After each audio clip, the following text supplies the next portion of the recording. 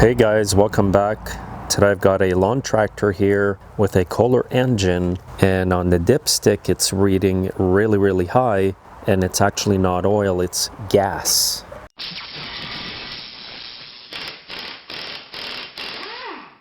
So this lawn tractor here, guys, has a lot of fuel getting into the engine crankcase, mixing in with the engine oil. What I'm going to show you today is how to fix this properly and get rid of all the gas that's inside the engine.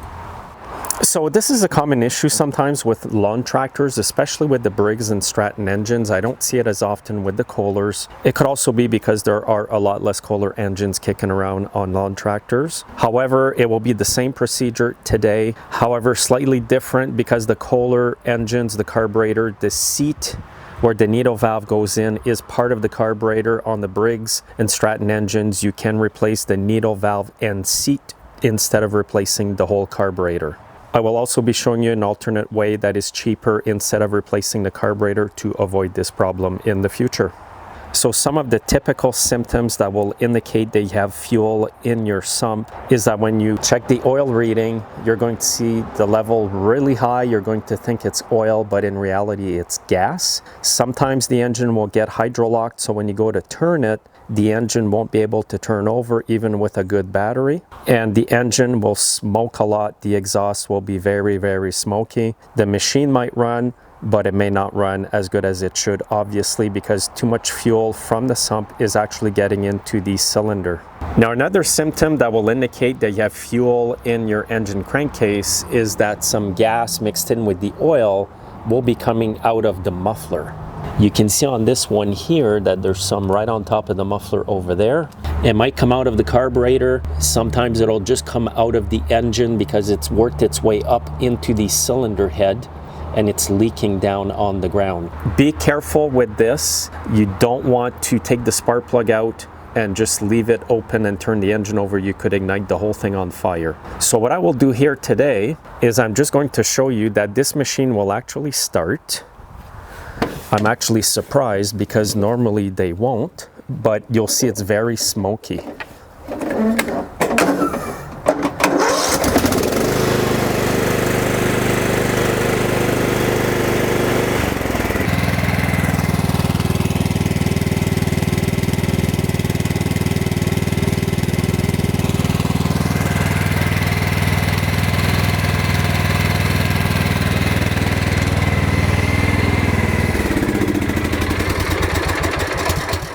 So I'm going to drain all the oil and gas from the machine outside. I put a piece of cardboard underneath. I don't want the machine in the shop to make a mess on my concrete floor. So when you drain your engine after it's full of gas like this, make sure you have a fairly big container because there will be a lot of fluid coming out of the engine, more so than when you do an oil change. You can see it's oil, but it's very thinned out from the gas. I'm just going to drain all of this, and I will replace the oil filter here as well.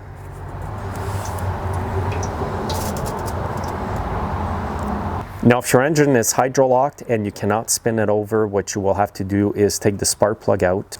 Do not reconnect the spark plug to the wire. Keep it away from the spark plug hole and turn the engine either by hand or with the key, just for a few revolutions, and all the gas will come out of the machine, and it might spray inside your hood here. But to prevent that, just put a rag right in front of the spark plug hole and it'll grab all the gas and save a mess on your machine. You can also take off the hood as well if you want to avoid a mess on your hood.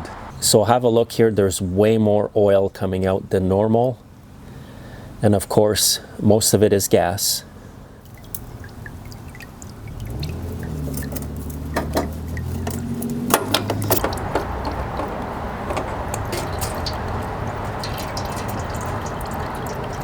All right, so what I'm going to do now while this is draining is I'm going to install a fuel shutoff valve here to prevent this problem in the future.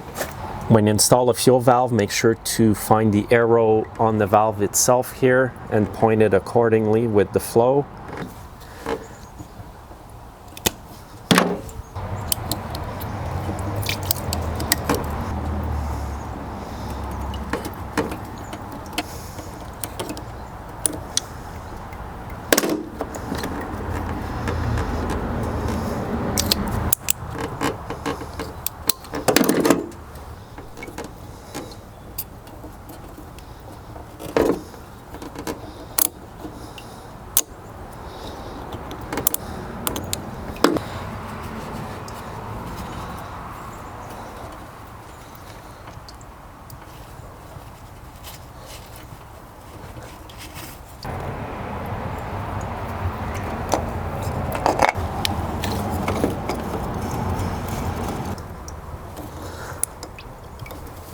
Now what I'm doing here is adding a bit of oil, even though I'm draining it, just to flush out the remaining fuel.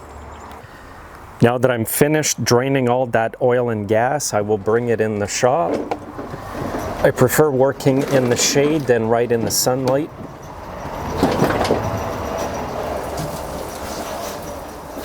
Alright, so I've got the fuel shutoff valve off. I will put new oil in the engine. And the customer prefers me replacing the carburetor instead of always turning off the fuel valve. They're just worried that they might forget to do that and they're going to have the same problem all over again. However, if you're on a budget and you cannot afford the new carburetor, just make sure that you turn off the fuel valve every single time you're done using your machine to prevent fuel from getting into your engine crankcase.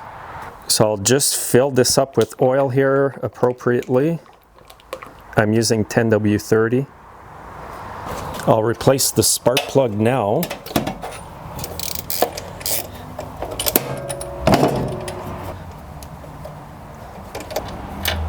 And as expected, it will be pretty black when you get this problem. And the plug that's going in there is a Champion RC12YC.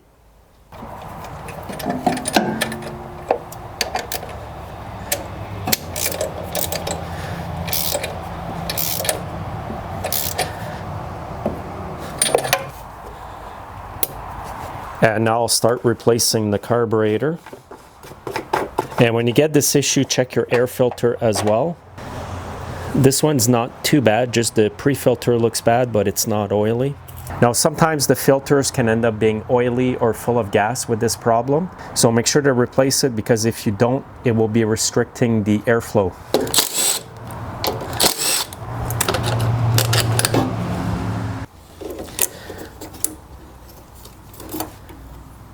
And you must disconnect the solenoid. Now what I need to do is get these linkages off the carburetor. Now the throttle one right here, all you have to do is lift up this plastic tab and then you can pull it right out, and then you can just pull the carb right off the machine. Now that you have the carburetor off, to get the choke linkage, you just have to tip it over a bit, just like that, and it'll pop out. And I just realized that there is a small wire here as well, screwed onto the carburetor. That is something I don't often see. And you'll need a small Allen wrench to get this little screw off.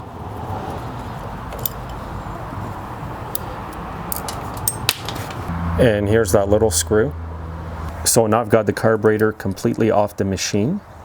And here's the new carburetor I'm installing. It's an actual Kohler carburetor. Part number 12-853-118-S. I prefer using OEM carburetors when I know a machine will be parked in a $1 million house.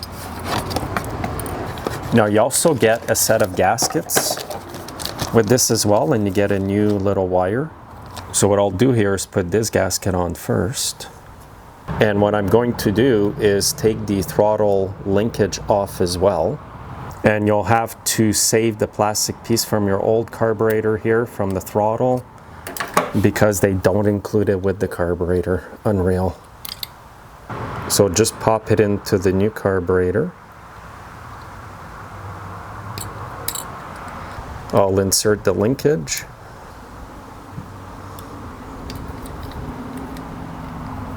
I'm also going to replace the wire while I'm at it.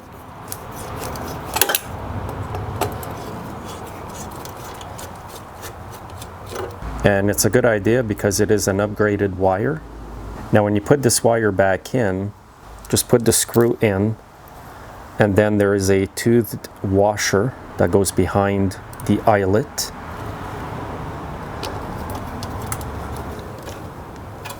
And now what I will do is hook up the choke linkage on the carburetor. So just get it into this hole right here and turn it like that. And now just get your carburetor on the studs. Next, I'm going to hook up the throttle linkage. It goes right into this part right here, right in this hole. And then what you do is you push down on the plastic clip right here, and it'll hold it in place. It's a flimsy system, but it works. So what I'll do here is show you the configuration of the linkages before I put the covers back on. This is your choke linkage here, and it connects on this part of the carburetor, this hole right here. This is your throttle linkage, and it's connected right here.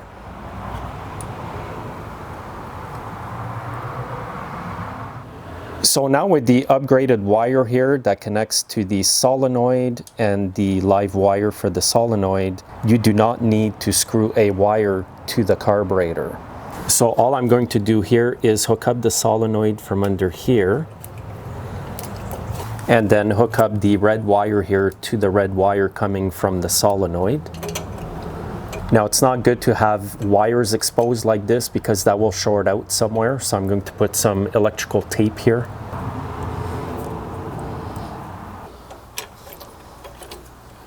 And there's another gasket that comes with the set, just put it on the back side of the carburetor. Okay, so I'll be putting in a new fuel filter as well while I'm at it here.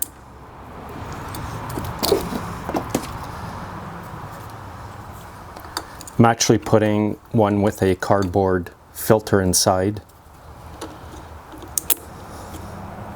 And I'm actually replacing the fuel line from the filter here to the carburetor.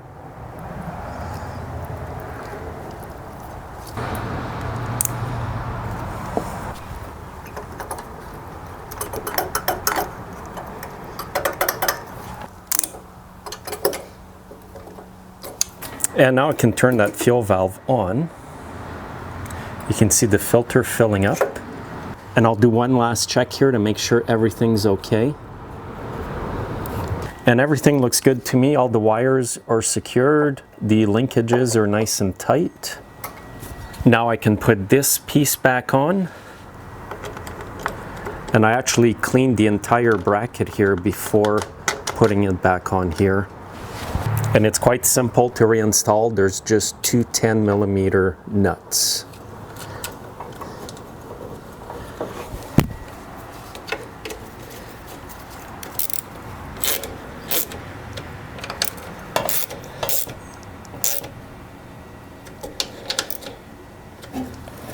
Now when you put this cover back on, make sure to install the vent hose here properly right into the valve cover here. And I've actually got a new air filter to put on here.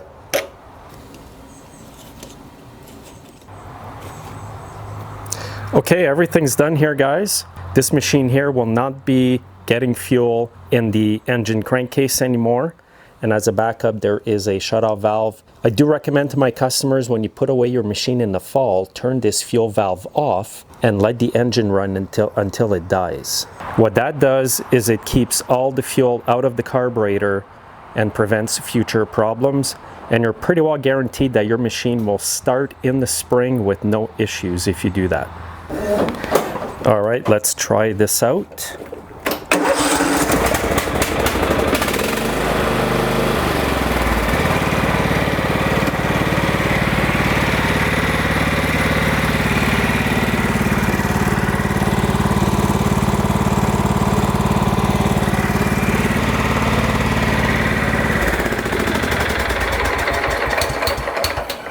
Now when you fix this problem, whether you've just put a fuel valve and drained all the oil with the gas out or put a new carburetor like I did, you might notice that it will still smoke for a while because there might be some oil and gas on the muffler that is just burning off slowly. Eventually that will burn off and the machine will be back to normal.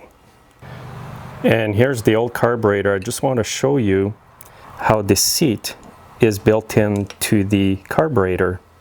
All I can find for this carburetor is the needle valve, this small needle under the float. I am unable to source out the seat because it would be a much cheaper repair that way. Anyway, I hope the video has helped you guys, and if you run across this issue, don't let a shop replace the starter and a battery. It's not the problem. You might need the valves adjusted on the Briggs & Stratton engine or just the needle valve and seat replaced on those. And for this one, I went with an OEM carburetor because, like I said, this machine is parked in a $1 million home and I don't want any trouble down the line. Thanks for watching, guys. Make sure to subscribe and please comment below. Have a great day.